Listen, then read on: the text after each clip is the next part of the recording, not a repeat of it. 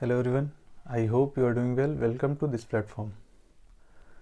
Board परीक्षा को ध्यान में रखते हुए ये केमिस्ट्री की एक नई सीरीज़ शुरू की जा रही है जिसमें हम केमिस्ट्री के 10 जो चैप्टर्स दिए हुए हैं आपके पाठ्यक्रम में उनको हम कवर करेंगे। तो इस सीरीज़ में 10 से 12 वीडियो आएंगे। हर एक वीडियो में हम एक चैप्टर को कंप्लीट करने का प्रयास करेंगे। ठीक है, तो चलिए स्टार्ट करते हैं। पहला चैप्टर विलयन। तो देखें, ये विलयन जो चैप्टर है ये अपने आप में बहुत ही महत्वपूर्ण चैप्टर है। इस चैप्टर में से 8 नंबर के प्रश्न बोर्ड परीक्षा में आएंगे। इसमें 1 या 2 प्रश्न आपके न्यूमेरिकल रहेंगे, आंकिक प्रश्न, और 1 से 2 प्रश्न आपके थ्योरेटिकल पार्ट से रहेंगे। ठीक है, तो चलिए स्टार्ट करते हैं।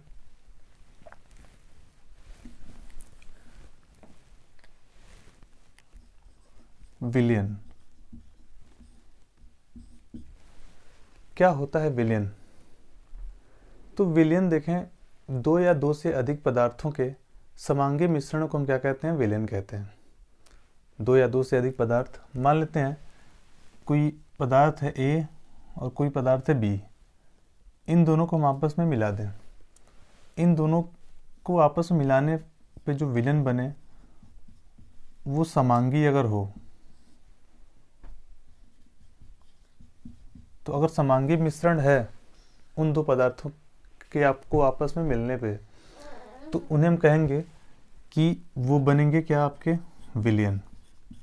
अब होता क्या है, यहाँ पे एक शब्द है समांगी।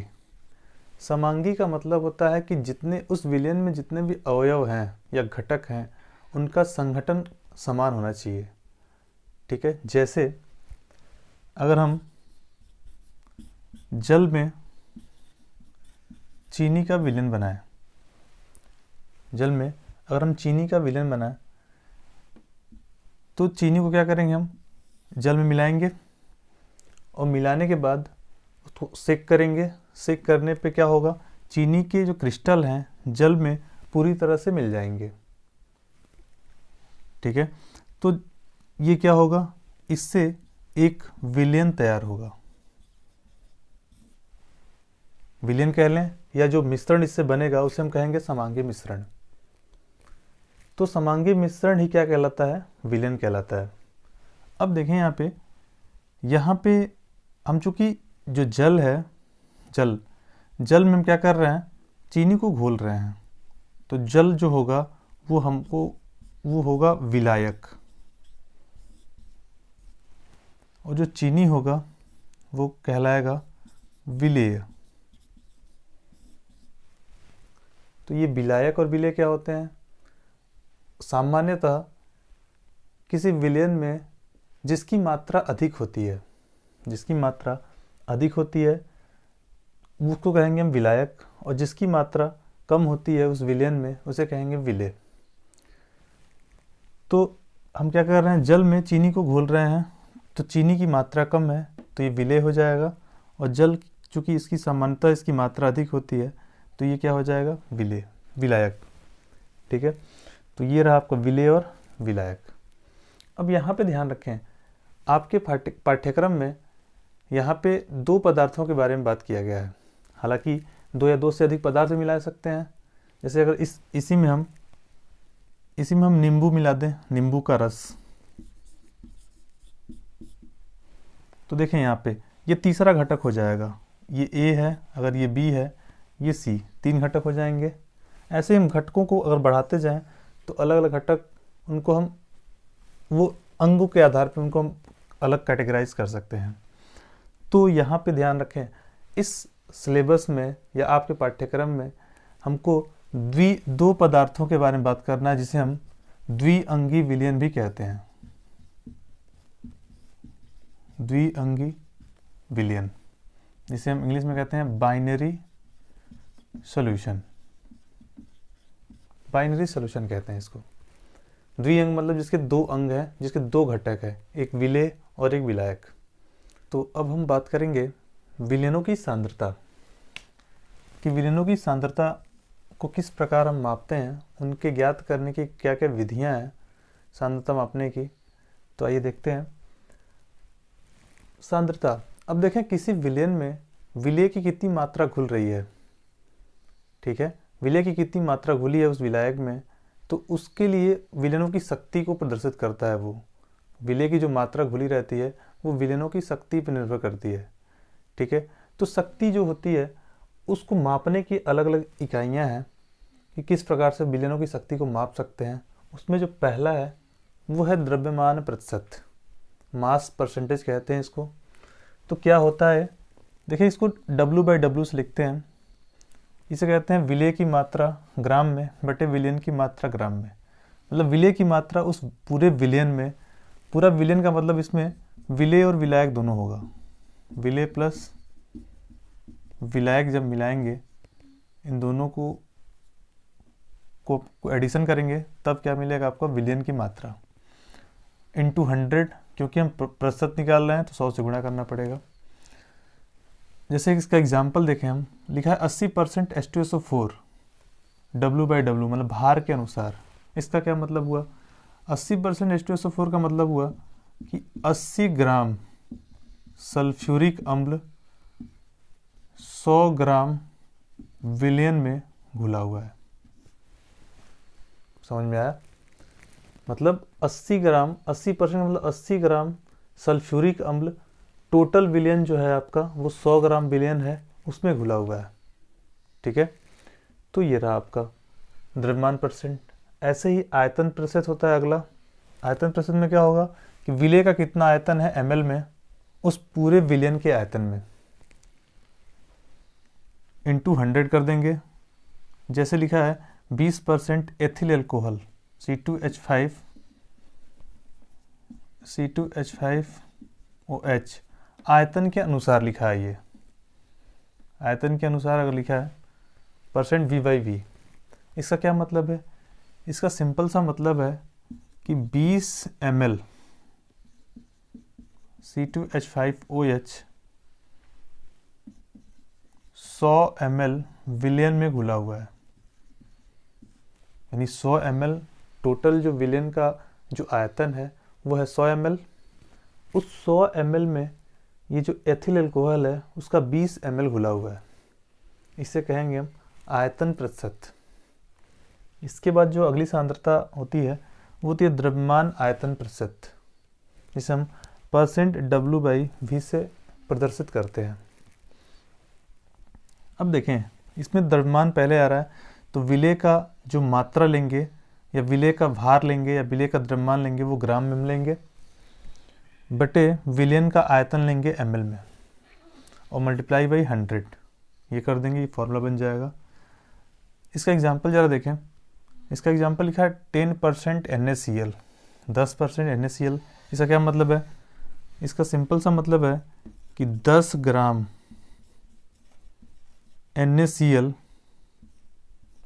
10 ग्राम NaCl, ये आपका क्या बन गया, ये विलय है, 10 ग्राम NaCl विलय है। कितना आयतन लेंगे हम, तो ये आयतन हो जाएगा 100 ml, यानी 10 ग्राम NaCl 100 ml विलयन में घुला हुआ है। समझ में आया, तो 10 ग्राम NaCl 100 ml विलयन में घुला हुआ, तो उसे हम कहेंगे द्रव्यमान आयतन प्रतिशत। इसको आप रियल लाइफ में भी देख सकते हैं। इसको आप जो दवाओं की जो बॉटल्स होते हैं जो बनाई जाती हैं, उनमें इंग्रेडिएंट जो मिलाए जाते हैं वो इन्हीं के अनुसार मिलाए जाते हैं। आप चेक करेंगे तो उनमें %W/W आप देख सकते हैं, %V/V होता है या %W/V होता है।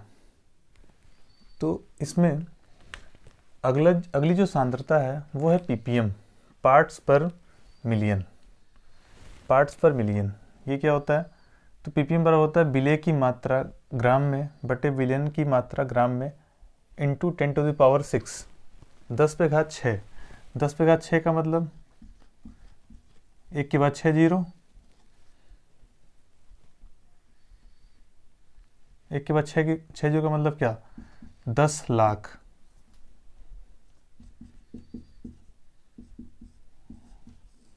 10 लाख। मतलब पार्ट्स पर मिलियन का ये फॉर्मूला होगा। हम 10 लाख पे चेक करेंगे कि विलेय की मात्रा उस विलयन में कितनी है। जैसे हमको जल की कठोरता मापना हो, कई बार आपने देखा होगा गांव में जब सर्वे होता है तो आपके जो हैंडपंप है उसके जल की शुद्धता को चेक करने के लिए आते हैं लोग। तो उसको हम इसी रीडिंग में मापते हैं, पीपीएम में ही मापते हैं। एक पीपीएम स्केल आता है जिसके थ्रू हम जल की कठोरता को माप सकते हैं।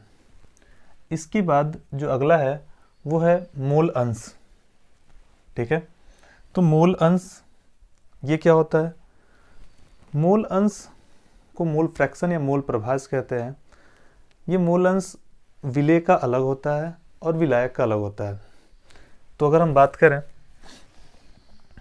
यहाँ पे ये जो बी शब्द का यूज हम किए हुए हैं, पहली बात तो मोल अंश को हम एक्स या काई से प्रदर्शित करते हैं।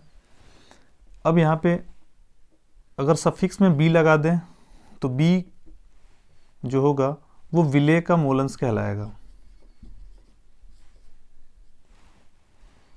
और अगर हम तो ये क्या हो जाएगा, विलेय के मोल बटे विलयन का मोल, मतलब जिसका मोल अंश निकालना है उसके मोलों की संख्या बटे विलयन में कुल मोलों की संख्या। तो अगर हम मान लें कि विलेय के मोल जो हैं उसको मान लें NB बटे विलयन में कौन कौन से मोल होंगे, तो एक तो होगा विलायक का और एक होगा विलेय का।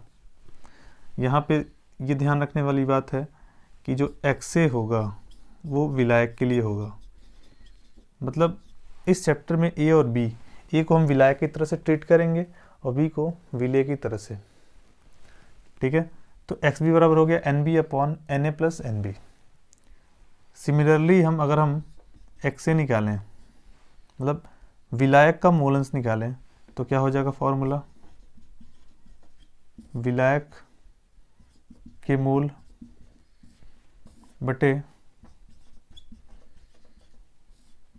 विलयन का मोल।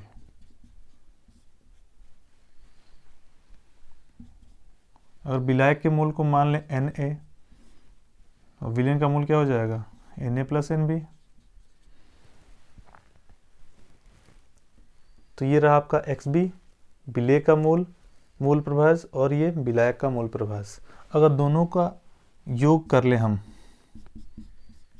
दोनों का योग करेंगे तो यहाँ पे देखें जरा, XA की वैल्यू रखें Na upon Na plus NB plus NB upon Na plus NB। LCM common हो जाएगा इनका, Na प्लस NB होगा और ऊपर ये जुड़ जाएंगे आपस में। तो देखें यहाँ पे अंश और हर बराबर होगा, कट जाएगा। इसका मतलब जो XA और XB का योगफल होगा वो 1 के बराबर आता है। इसको आप ध्यान रखेंगे कि पूरे विलयन में विलेय का मोल अंश और विलायक का मोल अंश का योगफल जो होता है वो 1 के बराबर आता है। तो हम अगला देखते हैं मोलरता, मोलैरिटी क्या होता है। तो मोलरता को हम सबसे पहले कैपिटल M से लिखते हैं। ये क्या होता है, विलेय के मोल बटे विलयन का आयतन लीटर में। यानी हम विलेय के तो मोल लेंगे लेकिन हम जो विलयन लेंगे वो उसकी आयतन लेंगे, उसका क्या है वॉल्यूम कितना है। तो अगर हम विलेय के मोल को लिखें NB से और विलयन का आयतन लिखें V जो लीटर में है, इसको ज़रा चेंज कर लें। मोल बराबर होता है भार बटे अणुभार। तो अगर हम चेक करें NB बराबर हो जाएगा भार बटे इसका अणुभार, मतलब WB अपॉन MB। W का मतलब भार, अणुभार को M से लिखते हैं मॉलिक्यूलर वेट के हिसाब से उसको। तो क्या हो जाएगा WB अपॉन MB।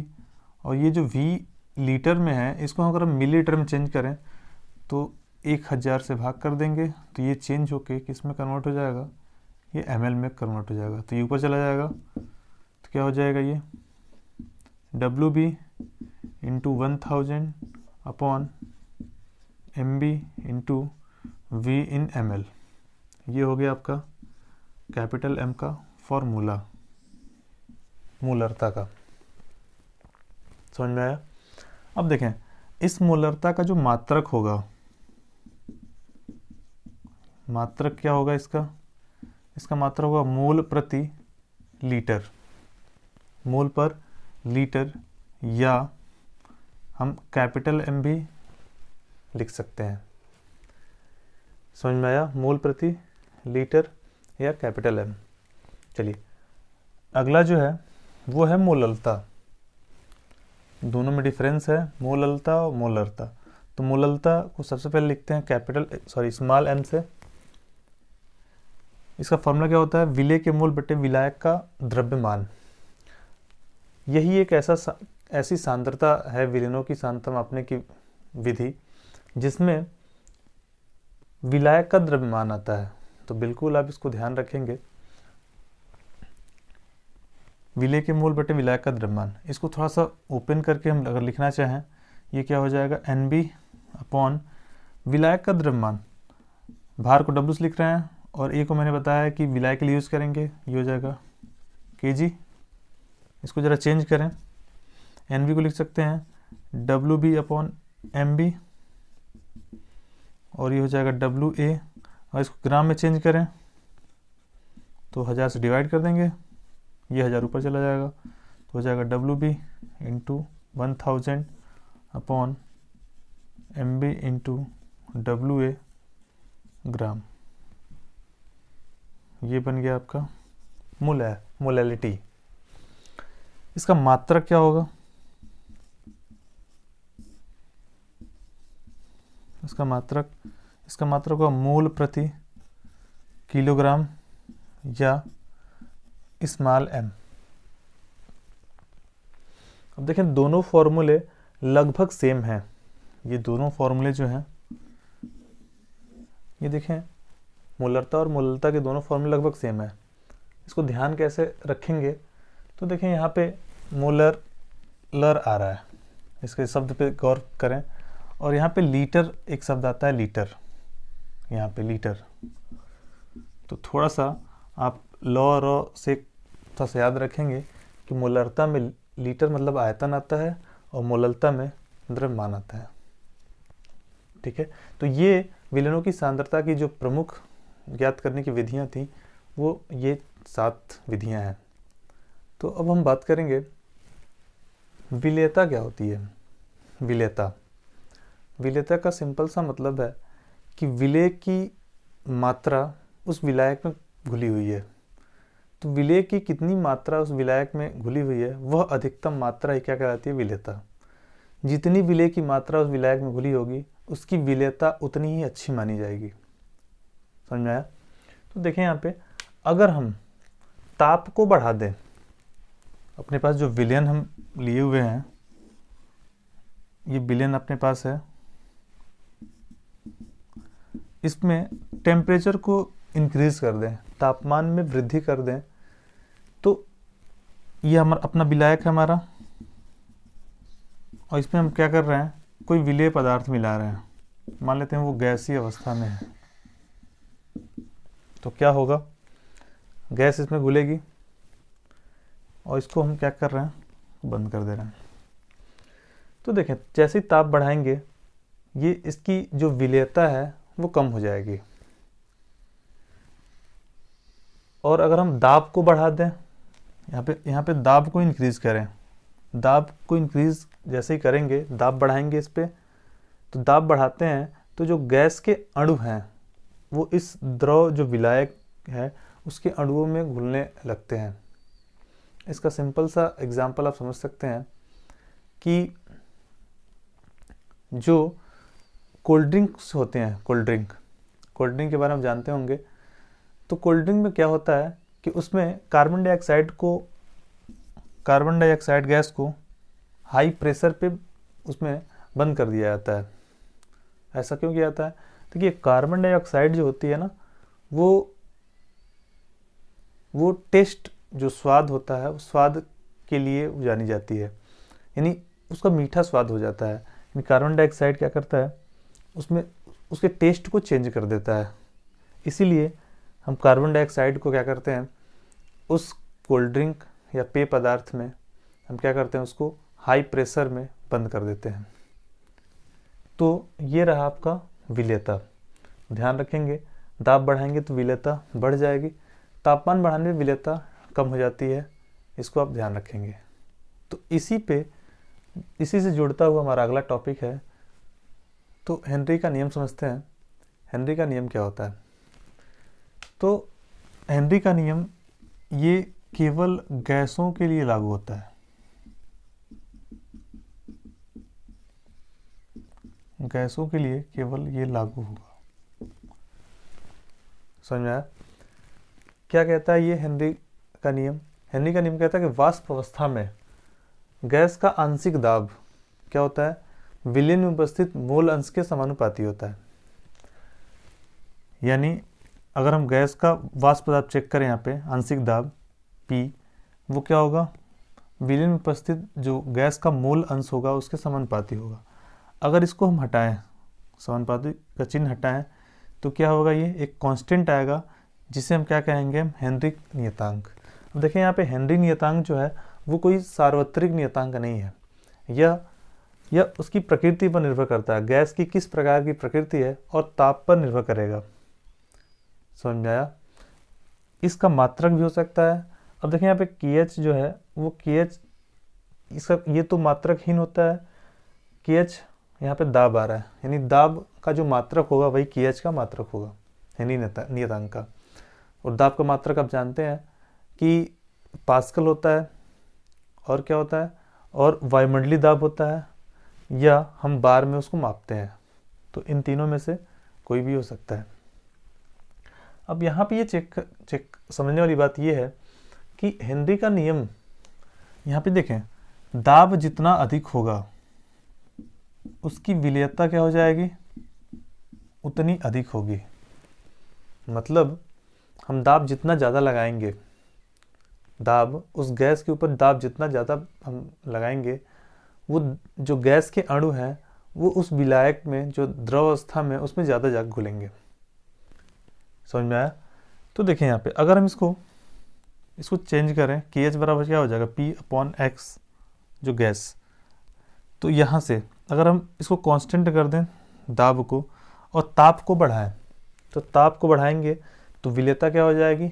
कम हो जाएगी, क्योंकि ताप बढ़ाने से जो गैस के अणु हैं वो बहुत तेज इधर उधर गति करते हैं। तो उनकी इधर उधर जो गति होती है उससे उनकी विलेयता क्या हो जाती है? कम हो जाती है। और जैसे विलेयता कम होगी, हेनरी स्थिरांक का मान क्या हो जाएगा? बढ़ जाएगा। तो हेनरी स्थिरांक का मान बढ़ने के वजह से उसकी विलेयता क्या हो जाएगी? कम हो जाएगी। तो ये रहा आपका हेनरी का नियम। अब इसके अनुप्रयोग क्या है? तो हेनरी के अनुप्रयोग ये मुख्य रूप से 3 है। पहला तो ये कि इसका पहला जो अनुप्रयोग है, जितने भी आप पेय पदार्थ पीते हैं, चाहे Sprite, Coca Cola, Thums Up, ये जो भी पेय पदार्थ हैं, इनमें जो आप टेस्ट इनका जो देखते हैं, वो टेस्ट चूँकि उनमें कार्बन डाइऑक्साइड गैस भरी होती है। कार्बन डाइऑक्साइड गैस ऐसे ही नहीं घुलती है। कार्बन डाइऑक्साइड गैस को हम जो क्या करते हैं, उसको हाई प्रेशर, उसको अधिक दाब पे उस द्रव के अंदर हम क्या करते हैं? घोल देते हैं और उसको लॉक कर देते हैं।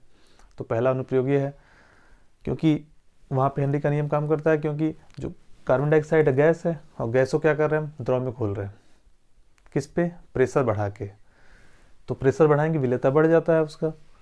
ऐसे गोताखोर जो होते हैं समुद्र में, जब तैरते हैं, तो जब जैसे समुद्र की सतह के नीचे जाते हैं, द्रव की सतह के, तो क्या होता है?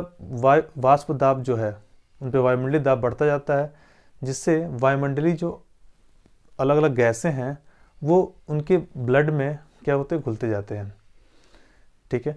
और जैसे ऊपर आएंगे, उनकी वाष्प जो दाब है, वायुमंडलीय दाब, वो कम होगा, और कम होने की वजह से वो जो वायुमंडलीय गैसें घुली हुई हैं रक्त के अंदर, वो बाहर निकलती हैं, जिससे क्या होता है? नाइट्रोजन के बुलबुले बन जाते हैं। इसी नाइट्रोजन के बुलबुले को बेंट्स कहते हैं, जो क्या करता है? कोशिकाओं में अवरोध उत्पन्न करता है, जिसे बेंट्स का नाम दिया गया है, जिससे शरीर में टेढ़ापन हो जाता है अलग अलग तरह के प्रकार के रोग उत्पन्न होते हैं, जिसको दूर करने के लिए क्या करते हैं, जो ऑक्सीजन सिलेंडर वो गोताखोर ले आते हैं, उनमें क्या करते हैं, हीलियम गैस को भर देते हैं, जो इस तरह की जो नाइट्रोजन के बुलबुले बनते हैं उनको कम कर देता है और श्वसन में या सांस लेने में आसानी हमको देता है। तीसरा क्या है, तीसरा इसका अनुप्रयोग यह है कि जो ठंडा जल होता है, ठंडा जल में ऑक्सीजन ज़्यादा घुला रहता है, इसलिए ठंडे जल में ऑक्सीजन, चूँकि अब आप गर्म जल अगर हम ले लें, यहाँ पे गर्म जल का मतलब टेम्परेचर बढ़ा दिए, और टेम्परेचर जैसे बढ़ाएंगे विलेयता क्या हो जाएगी, घट जाएगी। इसका मतलब विलेयता हमको किस में मिलेगी, ठंडे जल में मिलेगी। तो ठंडे जल में विलेयता क्या होती है, अधिक होती है, ऑक्सीजन ज़्यादा घुले होते हैं, जिसकी वजह से देखें ठंडे जो प्रदेश होते हैं वहाँ जो अलग अलग तालाब होते हैं, झील, जो नदी, ये उसमें जलीय जीव खूब सारे पाए जाते हैं। तो जलीय जीवों के लिए ठंडे जल में रहना आसानी है सिवाय गर्म जल के। तो ये जो है ये आपके हेनरी का नियम है। तो आगे हम बात करते हैं वाष्प दाब क्या होता है, वेपर प्रेशर, या हम द्रवीय विलयनों का वाष्प दाब के बारे में बात करते हैं। तो देखें वाष्प दाब क्या होगा, अगर अपने पास किसी पात्र में हम दो द्रव लिए हुए हैं, यहाँ पे देखें एक द्रव ए है जो ब्लैक कलर से हमने इंडिकेट किया हुआ है और ब्लू से हमने द्रव बी को बनाया हुआ है। तो दो द्रव हैं जिनको आपस में घोल कर एक विलयन बनाए हुए हैं। यहाँ पे कंडीशन ये है कि जो दोनों द्रव हैं वो दोनों वाष्पशील होने चाहिए। वाष्पशील का मतलब क्या हुआ कि वे किसी निश्चित ताप पे क्या हो, द्रव से वाष्प में बदल जाए, उन्हें हम कहते हैं वाष्पशील पदार्थ या वाष्पशील द्रव। तो देखें इनको हम क्या किया है, एक पात्र के अंदर इन दोनों को हमने क्या किया है, एक मिला के और एक विलयन बनाया हुआ है। अब क्या होगा कि एक निश्चित ताप पर क्या होंगे ये एक निश्चित ताप पर जब इनको हम गर्म करेंगे तो ये जो द्रव हैं वो किस में बदलेंगे, वेपर में, वाष्प में बदलेंगे। ये वाष्प में बदलेंगे, वाष्प में बदल के ये इकट्ठा हो जाएंगे। अब ये क्या करेंगे, जब तक इस पात्र के ऊपर जो खाली जगह है वहाँ पे जब तक जगह रहेगा वाष्प के इकट्ठा होने के लिए, तब तो क्या होगा, ये यहाँ पे भरते रहेंगे। एक ऐसा समय आएगा जब ये द्रव जो वाष्प बदल रहा है वो प्रोसेस रुकना बंद हो जाएगा, उसे हम कहते हैं साम्यावस्था। तो साम्यावस्था पे क्या होगा, अब जो वाष्प है ऊपर जो एक वैक्यूम क्रिएट हुआ है वाष्प का, वो इस द्रव की सतह पर एक दाब आरोपित करेंगे। तो साम्यावस्था पर नियत ताप पर वाष्प द्वारा द्रव की सतह पर, ये देखें ये द्रव की सतह है, इसकी सतह पर एक दाब लगाएंगे P नाम का। उसी दाब को क्या कहते हैं हम, वाष्प दाब कहते हैं। समझ में आया? तो ये रहा आपका वाष्प दाब।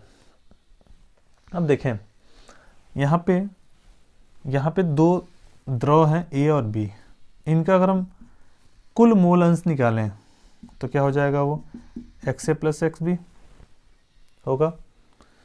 और अगर हमको शुद्ध अवस्था का मतलब दोनों अगर अलग सेपरेट हैं तो उनका अगर शुद्ध अवस्था में वाष्प दाब चेक करें, शुद्ध अवस्था में वाष्प दाब क्या होगा, अगर द्रव A की बात करें तो उसको हम कैसे लिखेंगे, उसको लिखेंगे PA0 के बराबर, और दूसरे द्रव की बात करें तो उसको लिखेंगे हम PB0 के बराबर। अगर द्रव A है उसका मोल अंश क्या होगा, XA, और द्रव B का मोल अंश क्या होगा, XB होगा। तो ये कुछ बेसिक चीज़ें हैं जो वाष्प दाब से जुड़े हुए हैं। अब इसी वाष्प दाब के कंसेप्ट को हम अब अपने अगले टॉपिक जो है राउल्ट का नियम, उस पर अप्लाई करेंगे और सीखेंगे कि राउल्ट का नियम क्या होता है। तो देखें राउल्ट का नियम क्या कहता है कि वाष्पशील द्रव के विलयन में नियत ताप पर किसी फिक्स टेम्परेचर को फिक्स कर दें, और जो द्रव हैं वो क्या होनी चाहिए, वाष्पशील होनी चाहिए। तो वाष्पशील द्रव के विलयन में नियत ताप पर किसी अवयव का आंशिक दाब, किसी अवयव का मतलब या तो विलेय होगा या तो विलायक होगा, आंशिक दाब शुद्ध अवस्था में उसी अवयव के वाष्प दाब तथा उसी अवयव के विलयन में मूल प्रभाज के गुणनफल के बराबर होता है।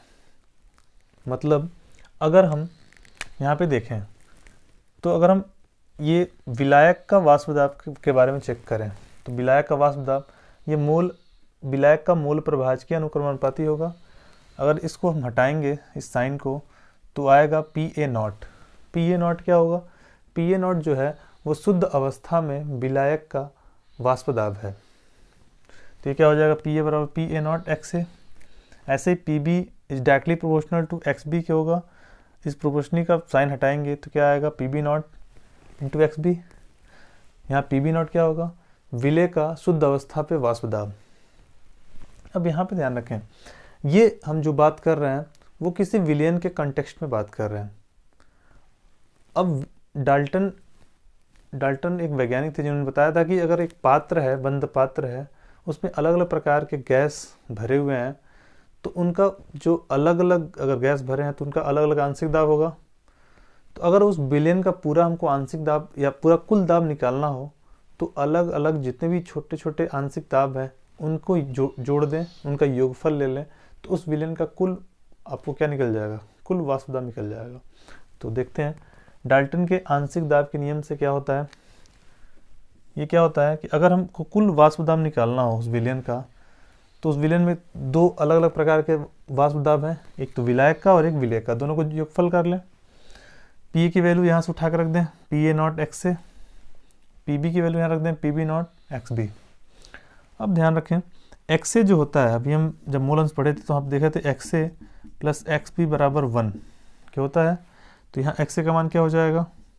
XA का मान हो जाएगा 1 माइनस XB हो जाएगा। इसको हमने यहाँ पुट कर दिया, फिर सारा सेम रहेगा यहाँ पे। अब इसका मल्टीप्लाई कर दिया, अंदर मल्टीप्लाई किया तो PA0 माइनस PA0 XB। इन दोनों में से हम क्या करेंगे? इन दोनों में से देखें XB कॉमन है, उसको हमने इधर कर लिया है। अब देखें ये प्लस है तो उसको हमने पहले लिख दिया है PB0 माइनस PA0 और प्लस ये आ गया कुल वाष्प दाब। कुल वाष्प दाब किसके नियम से? डाल्टन के आंशिक दाब के नियम से। ठीक है, अब इस राउल्ट के नियम से हम एक ग्राफ बना सकते हैं। तो उस ग्राफ को जरा देखें। इस ग्राफ को हम क्या कर रहे हैं, ये एक्स एक्सिस है और ये वाई एक्सिस है। तो एक्स एक्सिस पे हम क्या बना रहे हैं? एक्स एक्सिस पे हम बना रहे हैं मूल प्रभाज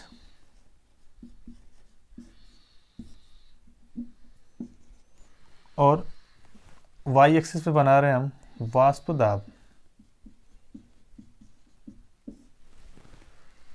समझ में आया? मूलंश और वाष्प दाब के बीच ग्राफ बना है।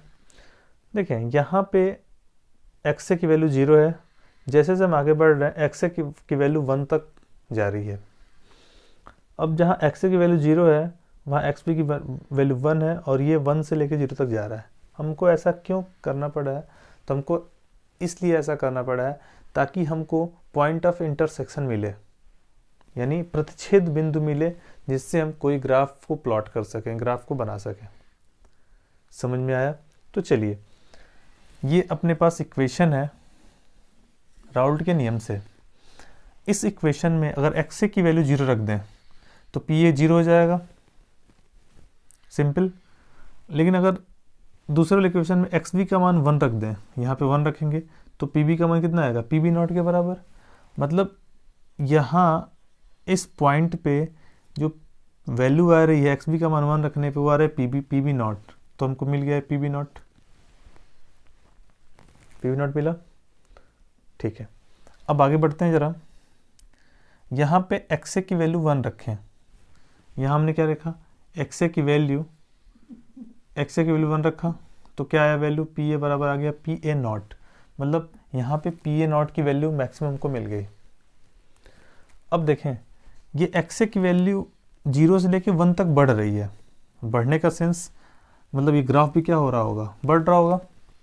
और हमको मैक्सिमम पॉइंट मिल गया PA0, तो क्यों ना इस पॉइंट को इस पॉइंट से मिला दें। तो देखें एक सरल रेखा मिल रहा है, सरल रेखा मिल रहा है, और ये भी सरल रेखा समीकरण y बराबर mx, y बराबर mx, जिसका ओरिजिन कहाँ पे है, मूल बिंदु है। तो ठीक, ये हो गया आपका पी ए वाला graph, P A not x. अब एक्स बी का मान 1 से 0 तक जा रहा है, मतलब यहाँ पे maximum value P B not की है। ये धीरे धीरे ग्राफ क्या हो रहा है, ग्राफ का स्लोप कम हो रहा है, पी बराबर पी नॉट। अब देखें पी बी नॉट और पी ए नॉट, इसको जब हम इस लाइन को अगर मिला दें यहाँ से बिल्कुल स्ट्रेट फॉरवर्ड, इसको स्ट्रेट लाइन से मैच कर दें, तो हमको क्या मिल जाएगा, कुल वाष्प दाब मिल जाएगा डाल्टन के आंशिक दाब के नियम से, जो हमने पहले इसको देखा है। तो यहाँ से हम क्या करेंगे, P A plus P B कर लेंगे, जो क्या होगा, डाल्टन के आंशिक दाब से कुल वाष्प दाब होगा। अब यहाँ पे ध्यान देने वाली बात यह है कि इस ग्राफ में पी बी नॉट की वैल्यू कम है, पी ए नॉट की वैल्यू ज़्यादा है। इसका क्या सेंस है, तो इसका सिंपल सा सेंस ये है कि जो विलेय है, विलेय,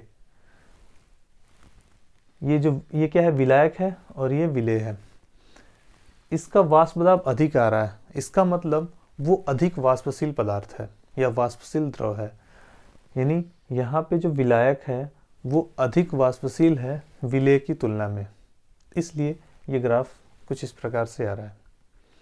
आई होप आपको समझ में आया होगा। तो ये रहा आपका राउल्ट का नियम। अगर इसमें कोई डाउट आ रहा हो तो एक बार वीडियो को रिवाइंड कर लें और फिर से देखें इसको।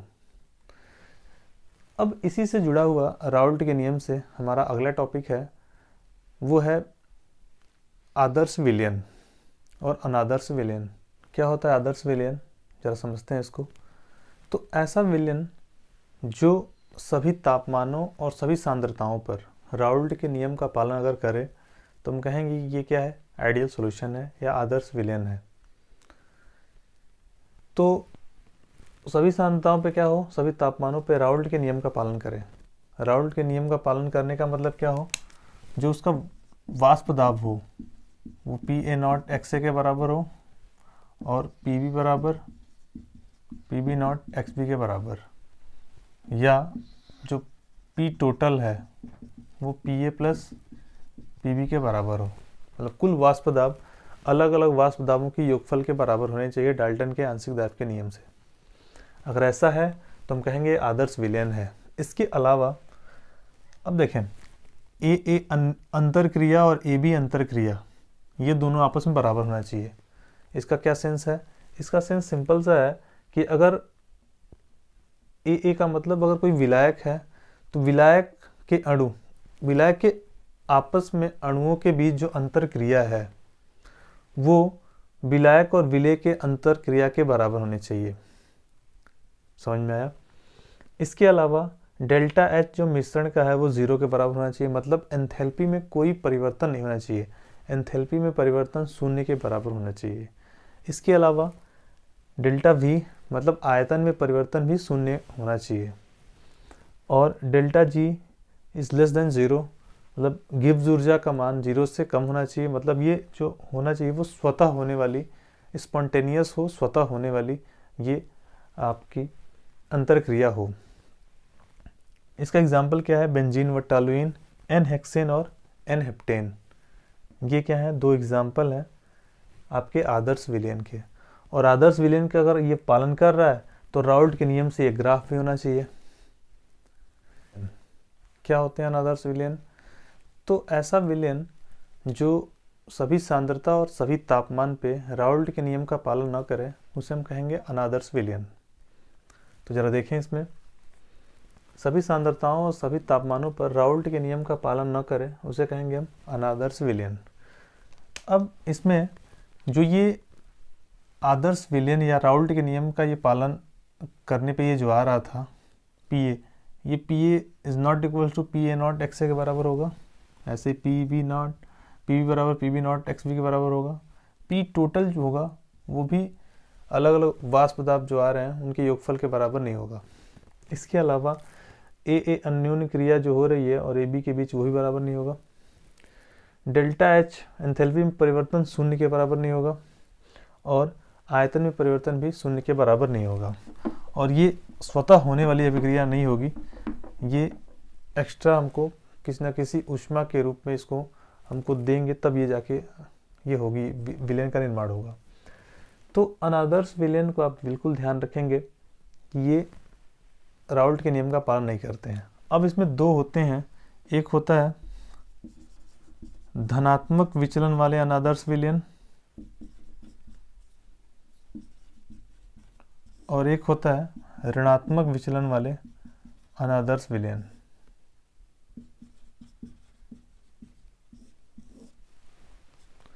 धनात्मक विचलन वाले अनादर्श विलयन क्या होगा? ऐसा विलयन जो राउल्ट के नियम से ज़्यादा वाष्प दाब उत्पन्न करे, उसे हम कहेंगे धनात्मक विचलन वाले अनादर्श विलयन। इसके लिए क्या होगा, ये पी की वैल्यू ज़्यादा होगी PA0 से और PV की वैल्यू ज़्यादा होगी PB0 XB से। डेल्टा V जो आयतन में परिवर्तन होगा वो ज़्यादा होगा 0 से। इसके अलावा एंथैल्पी में परिवर्तन भी ज़्यादा होगा। ये कहलाएगा धनात्मक विचलन वाले अनादर्श विलयन। ऋणात्मक विचलन वाले अनादर्श विलयन क्या होगा? ये जो वाष्प दाब है वो PA0 XA से कम होगा, PV की जो वैल्यू है वो PB0 XB से कम होगी, और जो कुल वाष्प दाब है वो भी क्या होगा, अलग अलग वाष्प दाबों से के योगफल से कम होगा। डेल्टा जो V है, आयतन में परिवर्तन जो है वो क्या होगा, 0 से कम होगा। एंथैल्पी में परिवर्तन भी क्या होगा, एंथैल्पी में परिवर्तन भी 0 से कम होगा। मतलब ये माइनस में आएगा तो ऋणात्मक विचलन वाले अनादर्श विलयन दिखाएंगे। इसके साथ साथ जो इनका ग्राफ बनेगा वो ग्राफ किस प्रकार का होगा? तो राउल्ट के नियम से ज़्यादा ये वाष्प दाब शो कर रहे हैं, तो राउल्ट के नियम का जो ग्राफ है उससे थोड़ा सा बढ़ के ये ग्राफ होगा। ठीक उसी प्रकार ऋणात्मक विचलन वाले अनादर्श विलयन का ग्राफ किस प्रकार का होगा? तो इनका ग्राफ राउल्ट के नियम का जो ग्राफ है स्ट्रेट लाइन, उससे थोड़ा सा नीचे की तरफ बनेगा ये। तो अणु संख्या गुणधर्म क्या होता है? तो देखें, यह विलयन का ऐसा गुणधर्म है जो विलय के कणों या उसके अणुओं की संख्या पर निर्भर करे। उसकी प्रकृति किस प्रकार की है उस पर निर्भर नहीं करता है, यह केवल विलय के कणों की संख्या पर निर्भर करता है, उसकी प्रकृति पर नहीं। उसे क्या कहते हैं हम? अणु संख्या गुणधर्म। यह 4 प्रकार के होते हैं। वाष्प दाब में आपेक्षिक अवनमन, क्वथनांक में उन्नयन, हिमांक में अवनमन और चौथा है परासरण दाब। ये चारों टॉपिक बहुत ही इंपॉर्टेंट हैं, तो आइए एक एक करके इनको देखते हैं। पहला देखेंगे हम वाष्प दाब में आपेक्षिक अवनमन।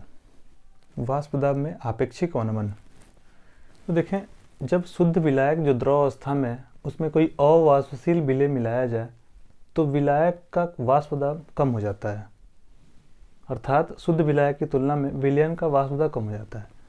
मतलब क्या हुआ इसका सिंपल सा मतलब है कि अब अगर कोई शुद्ध विलायक आप ले रहे हैं जो द्रव अवस्था में है, उसमें कोई अवाष्पशील विलय मिला दें तो क्या होगा, जो शुद्ध अवस्था में जो विलायक है उसका वाष्प दाब जो पहले था, विलय मिलाने के बाद उसका वाष्प दाब पहले की तुलना में कम हो जाता है। अब यहाँ पे एक टर्म आ रहा है अवाष्पशील विलय। ये क्या होता है? ये ऐसे विलय पदार्थ होते हैं जिनको हम किसी निश्चित तापक्रम पे गर्म करें तो ये वाष्प न बदले। जैसे आप सोडियम क्लोराइड मतलब नमक को ले सकते हैं, साधारण नमक, या आप चीनी को ले लें। ये अवाष्पशील पदार्थ हैं या अवाष्पशील विलय हैं, इनको आप जब गर्म करेंगे तो ये वाष्प नहीं बदलेंगे। तो ये वाष्प दाब में आपेक्षिक अवनमन। अगर हम यहाँ पे राउल्ट के नियम का प्रयोग करें तो राउल्ट का नियम क्या होता है? PA बराबर PA0 XA। राउल्ट के नियम में हमने इसको पढ़ा है। अब यहाँ पे देखें, यहाँ पे PB बराबर PB0 XB होगा, लेकिन चूंकि PB जो है उसका अवाष्पशील विलय है तो उसका वाष्प दाब होगा नहीं, तो PB बराबर क्या हो जाएगा? 0। और हम मान ले रहे हैं PA जो है वो विलायक का था, वहाँ पे हम इसको विलयन का ले रहे हैं, विलयन का वाष्प दाब। तो क्या हो जाएगा? PS बराबर P0 यहाँ पे पी नॉट शुद्ध अवस्था विलायक का वाष्प दाब, और एक्स ए को हम ले रहे हैं 1 माइनस एक्स बी, क्योंकि एक्स ए प्लस एक्स बी बराबर क्या होता है 1। यहाँ से क्या निकाल लेंगे हम एक्स ए की वैल्यू। अब देखें पी एस बराबर क्या हो जाएगा, पी नॉट माइनस अंदर मल्टीप्लाई कर दें इसका, हो जाएगा p naught x b, p naught x b बराबर p naught minus p s. क्या किया हमने इसको इधर लेकर आया और पी एस को उधर ले गया। यहाँ से एक्स बी की वैल्यू निकाल लें, विले का जो मूल प्रभाव है ये पी नॉट से डिवाइड हो जाएगा। अब देखें P naught minus p S, इसको कहेंगे वाष्प दाब में अवनमन, यही वाष्प दाब में अवनमन हो रहा है। ठीक है, पी नॉट क्या है, पी नॉट है शुद्ध अवस्था विलायक का वाष्प दाब, एक्स बी विलेय का मूल प्रभाज है, और पी एस क्या है, विलयन का वाष्प दाब। अब यहाँ पे देखें ये एक्स बी जो है वो है विलेय का मूल प्रभाज, तो इसको हम, इसका फॉर्मूला क्या होता है, विलेय के मूल बटे विलयन का कुल मूल। अब विलयन में दो पदार्थ हैं, एक विलायक है और एक अवाष्पशील विलेय है, तो Na प्लस Nb। अब देखें अगर हम अप्रॉक्सीमेशन लें, अप्रॉक्सीमेशन का मतलब क्या है कि अगर हम मान लें Nb जो वैल्यू है Nb की, मतलब विलेय के जो मोल हैं वो बहुत कम है विलायक की तुलना में, तो इसको हम क्या ले सकते हैं, लगभग नगण्य ले सकते हैं। इसकी वैल्यू को जैसे ही जीरो करेंगे Nb अपॉन Na होगा, ऊपर नहीं जीरो करना है, नहीं तो ये पूरा 0/0 हो जाएगा। ठीक है, हमको सिर्फ इस वाली वैल्यू में जीरो करना है, क्योंकि जी ये लगभग क्या है, लगभग नगण्य है, इसमें थोड़ा सा अगर वैल्यू जोड़ेंगे तो उस पर कोई प्रभाव ज़्यादा पड़ेगा नहीं। तो Nb अपॉन Na आएगा। अब Nb अपॉन Na, Nb का मतलब मूल, तो मूल के बराबर क्या होता है, भार बटे अणुभार, ये विलेय का भार बटे अणुभार, ये विलायक का भार बटे अणुभार, ये फ्रैक्शन ऊपर चला जाएगा। इस वैल्यू को हम यहाँ रख दें इक्वेशन फर्स्ट में एक्स बी की जगह पे, तो हमने ये रख दिया। आगे क्या है, P naught minus p S upon P not, इसको सॉल्व करेंगे, हमको एम बी की वैल्यू निकालना है, तो ये मल्टीप्लिकेशन हो जाएगा, तिर्यक गुणा हो जाएगा, इसका इधर गुणा हो जाएगा, तो ये वाली वैल्यू आएगी, यहाँ से हम एम बी की वैल्यू निकाल सकते हैं। ये एम बी क्या है, ये एम बी जो है ये है विलेय का अणुभार, विलेय का अणुभार है, मतलब कि जो हमने शुद्ध विलायक लिया था द्रव अवस्था में, उसमें कौन सा अवाष्पशील विलेय हमने मिलाया है, उसका हम इस फॉर्मूले के द्वारा हम उसका क्या निकाल सकते हैं, उसका अणुभार निकाल सकते हैं, और उसके अणुभार से हम ये भी पता कर सकते हैं कि वो कौन सा या किस प्रकार का विलेय है या कौन सा विलेय है। ठीक है, तो यहाँ पे ध्यान रखें, ये पूरा वाष्प दाब में अपेक्षिक अवनमन है। यहाँ पे एक शब्द जो है, ये पूरा टर्म जो P naught minus p S upon P not है ना, इसी को कहते हैं वाष्प दाब में आपेक्षिक अवनमन। आपेक्षिक शब्द ये आपने पहले इसके बारे में सुना होगा, क्लास 9th में शायद सुना होगा।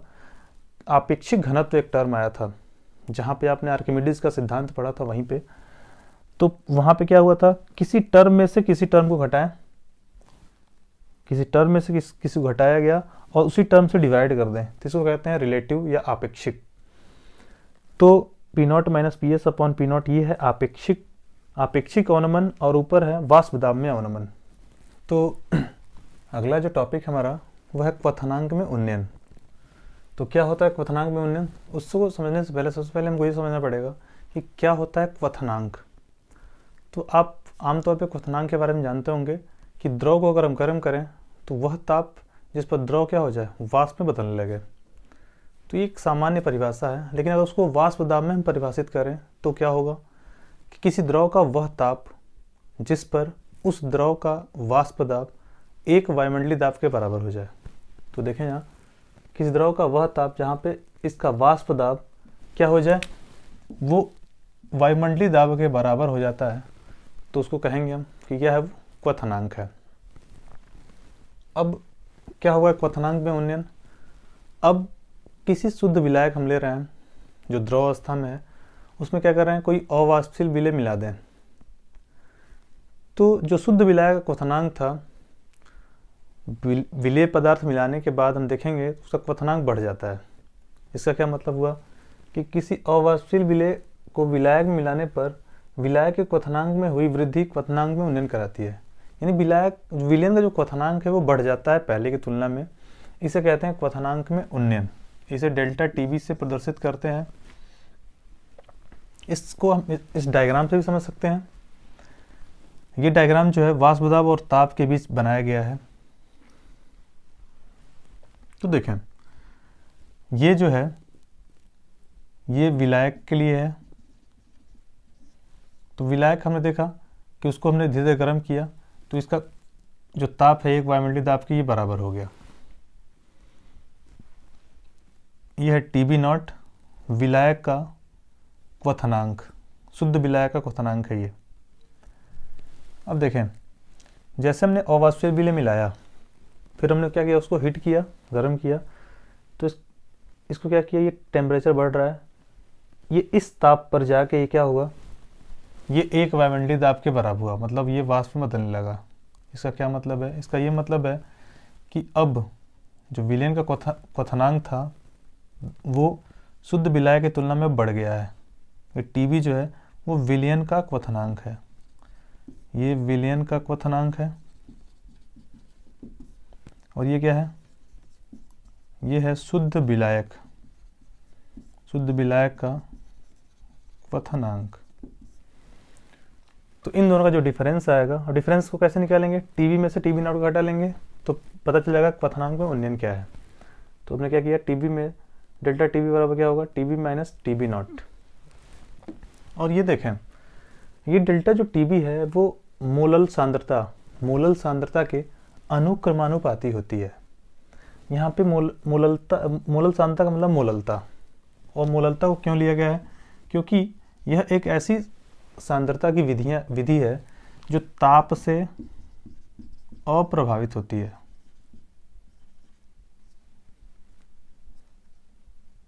ताप से अप्रभावित, ठीक है। तो ताप से अप्रभावित होगा।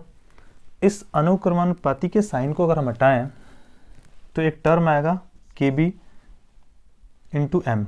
इसी Kb को कहते हैं मोलल या क्वथनांक उन्नयन स्थिरांक, और इसका मात्रक होता है केल्विन किलोग्राम प्रति मोल, केल्विन किलोग्राम प्रति मोल, ठीक है।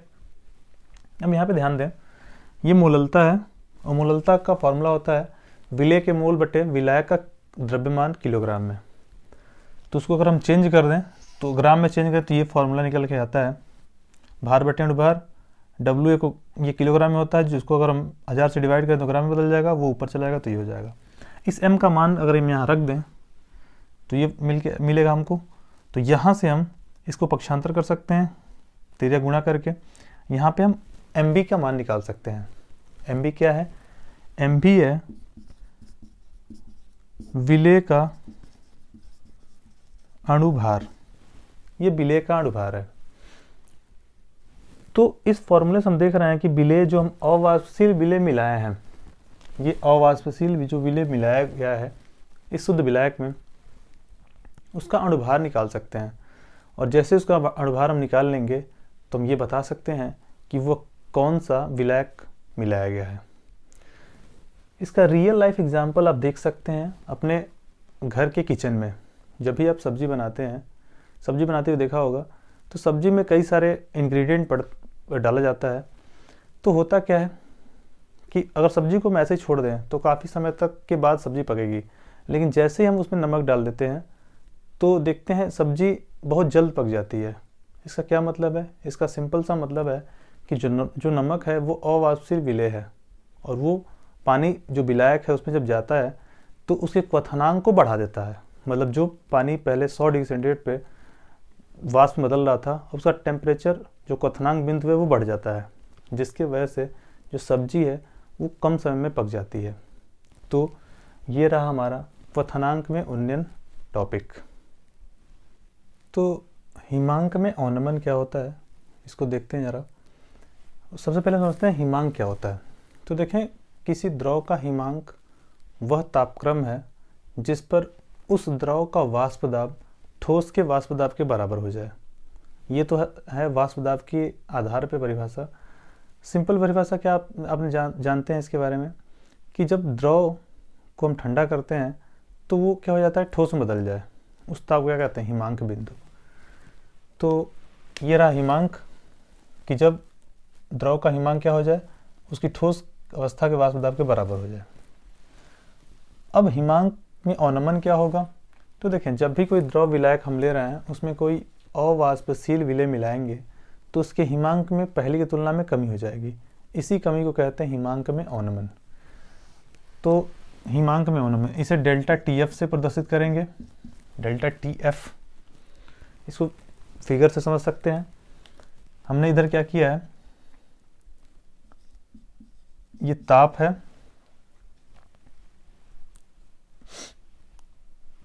तो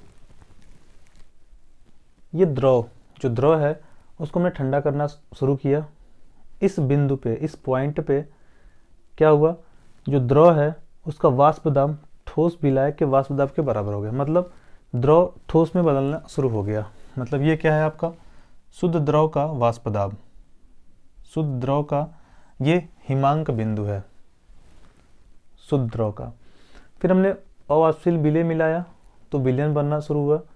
विलयन को हमने ठंडा करना शुरू किया तो विलयन का जो हिमांक बिंदु है वो किस पॉइंट मिला, इस पॉइंट पे, जिसे हम कह रहे हैं TF, जो विलयन का हिमांक बिंदु है। तो यहाँ से अगर हम डेल्टा TF को निकालना चाहें, ये अंतराल होगा, इसमें ये जो डिफरेंस आ रहा है यही क्या कहलाएगा, हिमांक में अवनमन। ये होगा क्या, ये होगा TF नॉट माइनस TF, जहाँ डेल्टा TF क्या है, हिमांक में अवनमन, TF नॉट क्या है, शुद्ध विलायक का हिमांक, TF क्या है, विलयन का हिमांक। तो देखें यहाँ पे ये भी क्या होगा, डेल्टा TF, ये M मतलब मोलल सांद्रता या मोललता के अनुक्रमानुपाती होगा।